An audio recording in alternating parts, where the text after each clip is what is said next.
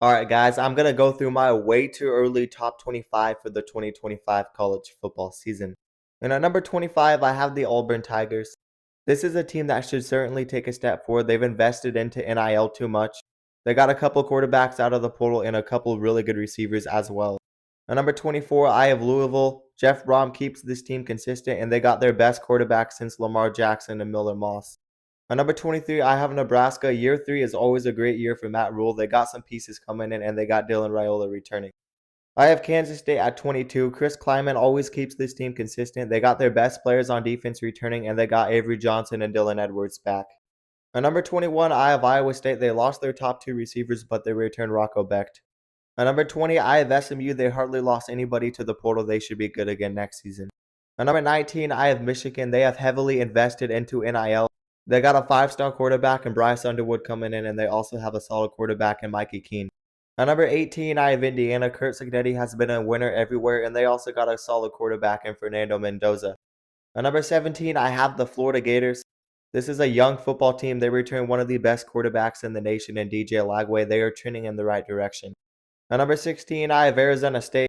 They may lose Cam Scatterbo, but they return just about everybody else, including quarterback Sam Levitt. At number 15, I have Tennessee. They should be solid again.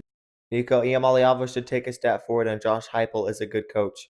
At number 14, I have Miami. There may be some questions after losing Cam Ward and on the defensive side of the ball, but they are very talented.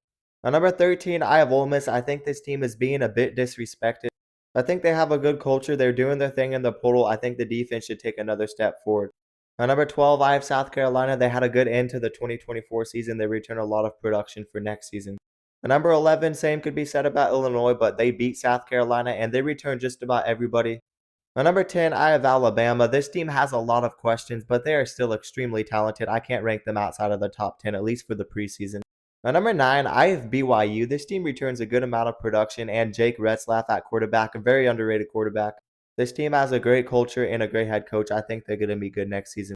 At number 8, I have LSU. The defense should take another step forward, and they got Garrett Nussmeier back at quarterback. At number 7, I have the Clemson Tigers. They are a very young team. They have Cade Klubnik back, and they are finally using the portal. This should be a very good team in 2025. At number 6, I have Notre Dame. They have a very good culture. They should be good again. At number 5, I have the Georgia Bulldogs. They are extremely talented, but they do have a question mark at quarterback. At number 4, I have the Oregon Ducks. They also have somewhat of a question mark at quarterback, but they are too talented. At number 3, I have the Texas Longhorns. They are a talented team, and they got their quarterback of the future in Arch Manning.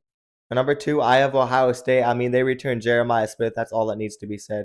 And at number 1, I have Penn State. They returned their best players.